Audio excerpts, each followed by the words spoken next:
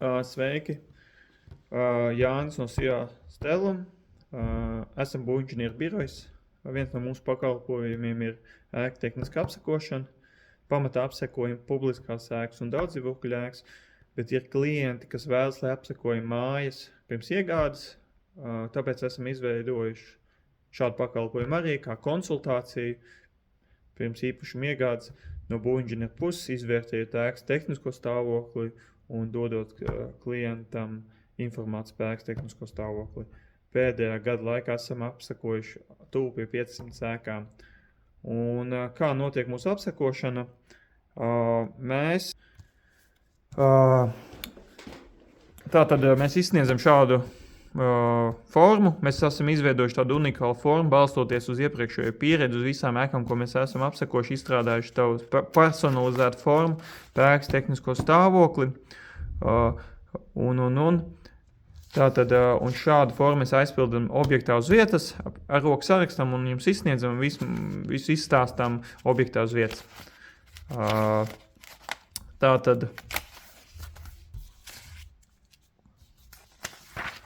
Tā galvenā lieta, ko mēs iedodam, ir kopsavilkums par ēkas tehnisko stāvokli, kādu darbu nepieciešams veikt gadu laikā pēc mājas iegādes un tuvāko 10 gadu laikā. Bieži vien, piemēram, klienti pērk māju un nezina, piemēram, kādā stāvoklī jumts, jo regulāri ir tā, ka klients nopērk māju un tuvākajos gados ir jāmaina jumts, un tas ir 20,000 jumtu nomaiņa. Varbūt tālāk klienti bieži vien balkoni tek, flīzes atlikuši, mitrums, pelējums, nav ventilācijas, šādas lietas, kas cilvēkiem rada diskomfortu un nepatīkam dzīvot un neparedzēts izdevums pēc iegādes.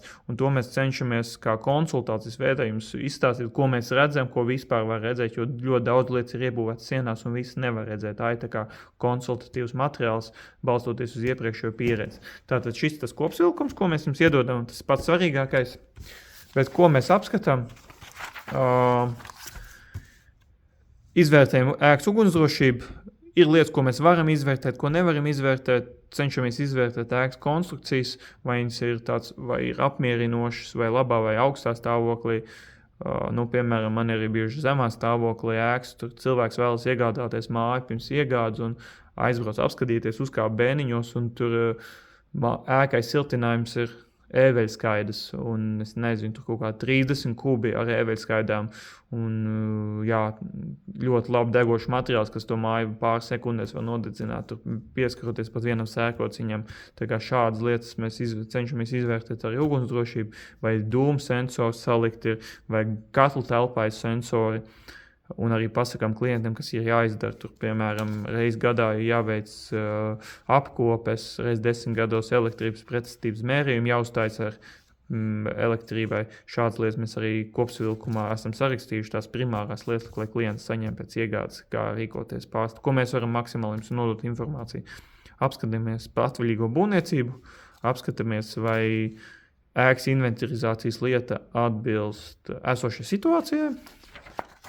Tad mēs izvērtējam ēkas mehānisko stiprības pamatos, apskatāmies, vai nav kaut kādas plaisas, nesošās sienas, pārsegumi, jumta konstrukcijas, balkoni, loģijas. No kopējā skata arī nav nozīmes arī, ka jaunām ēkām bieži vien ir problēmas, nav izvēlēt pareizi. Tur koku materiāls jumts ir deformējies un rezultātā arī jaunām ēkām bieži vien saskaramies ar būtiskiem defektiem, kur ir nesošas konstrukcijas pārsegumos, jumtā, balkonos.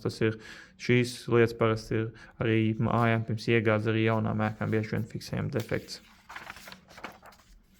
Tad mēs, cik varam, arī izvērtējam ēkas inženieru komunikācijas, atveram, pārbaudam, vai mājās ūdens spiediens ir, vai ūdens normāli iet projām kanalizācijā, jo mēs sienā nevaram ielīst, bet apskatīties, bet censties saprast kopējo stāvokli varam.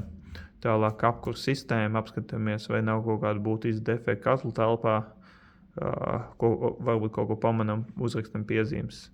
Ventilācija, kondicionieris. Tas pats arī varbūt ir ziema, apsakojam māju, mājā ir 2 stāvi, otrais stāvs ir plakans, bet māja nav kondicionieris, tā kā klientam liela iespējama, ka vasarā gribēsies izbūvēt kondicionieru, un tas atkal ir neparedzēts izmaksas, to mēs pierakstam. Un klients saņem informāciju par šādu lietu. Tad mēs apskatāmies elektrosistēmu, apskatāmies, vai kontakts strādā, vai arī sadales kastē ar termokameru, apskatāmies drošinātais, vai kāds nav uzkarsts. Bet kopumā tāpatās reiz 10 gados vajag taisīt elektrības pretestības mērījums arī dēļ apdrošināšanas, jo apdrošinātāji parasti prasa reiz 10 gados. Tālāk apskatāmies ēkas gaisa kvalitāti. Mums ir speciāls mērītājs, kur mēs varam pārbaudīt, vai mājā nav paaugstināts PM2 daļiņas. Varam pārbaudīt HCHO, kas ir tāds toksisks gāzes pret jauniem būvmateriāliem parasti. Šīs lietas mēs varam izmērīt un pārbaudīt. Vēl viena lieta, ko mēs apskatāmies, ir CO2. Tas varbūt mēs nevaram nomērīt viņu fiziski, bet mēs, piemēram, saprotam to, ka lielākais CO2 var veidoties guļamistabās, jo cilvēks guļ, viņš pieelpo telpu, un viņam, piemēram, mēs izvērtējam, vai mājai ventilācija, piemēram, guļamistabā, vai ventilācija strādās vai nestrādās, un vai dabīgā ventilācija, vai guļamistabā vai ventilācija. No tā mēs ļoti arī pievēršam uzmanību, lai nav tā, ka cilvēks pieceļas no rīta un nav svaigs gaiss sev guļamistabā, vai tāpat arī zinu gadījumus, kad cilvēks darbistabā dzer visu laiku kafiju, bet izrādās, ka viņam vajag svaigu gaisu, jo nav ventilācijas izbūvēts. Tādu lietu mēs arī cenšamies apskatīties, vai ventilācija, kas ir ļoti svarīgs arī mūsdienās. Tad mēs arī apskatāmies gaisa mitrumu, apskatāmies, kāds ir ēkā mitrums, apskatāmies vantistabās, vai nav pelējums, vai uz logiem nav rasa, no iekšpus nokritus. Un, tas bieži vien korelē ar ventilāciju. Kad nav ventilācija, tad paaugstināts mitrums ir. Un no šī mēs arī izvērtējam arī mitrumu, lai neveidoties pelējumi un šādas problēmas. Un apskatāmies ēkas energoefektivitāti, vai tur ar termokameru apskatāmies ziemā, ja varam. Vai atbilst jaunākajām prasībām, vai nav kaut kādas tur būtiskas zudumi, ko var novērst pēc iegādes. Tā kā šādu informāciju mēs jums iedodam uzreiz pēc apsekošanas, mēs šī aizpildam ar roku un nododam jums un izstāstam visu. Mums arī visādi instrumenti ir. Termokamera, kā es teicu, logiem varam apskatīties sadales kastē elektrībai. Šeit ir. Tad mums ir inspekcijas kamera kanalizācijā, ja kādreiz vajag kaut ko apskatīties, ja vajag nepieciešams mitrumu mērītājs. Šis mitrumu mērītājs ļauj mums noteikt uz virsmā mitrumu, vai kaut kā, piemēram, sienā ir plīsu struba, tad mēs varam noteikt lokālo vietu, kur ir liels mitruma daudzums šo instrumentu. Šis ir gaisa relatīvā mitruma mērītājs. Varam noteikt gaisa relatīvo mitrumu. No šī izriet arī daudz par to pelējumu. Šis ir kokam. Varam izvērtēt koku mitrumu, piesātinājumu. Šeit mēs varam, šis ir tas gaisa kvalitātes mitruma, gaisa kvalitātes, kad tur to HCO un PM2, kas ir arī bija, šis ir vispār bijis man palielināts, kad es mājas apsekoju pirms iegādes. Bet tas bija tur cits iemesli. Un tad mums arī droni, un lielām ēkām mēs arī specializētā programmā strādājam. Un specializētā programmā mēs taisam arī apsekošanas atzinumus, bet tas ir lielākām ēkām un pirms iegādes arī, ja pārdevējs arī ļauj, un ja klients vēlas, tad jāsaskaņo, lai mēs taisītu tādā programmā.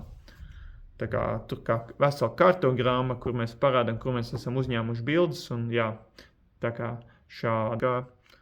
Ja jums vajag, droši zvaniet vai rakstiet, un jums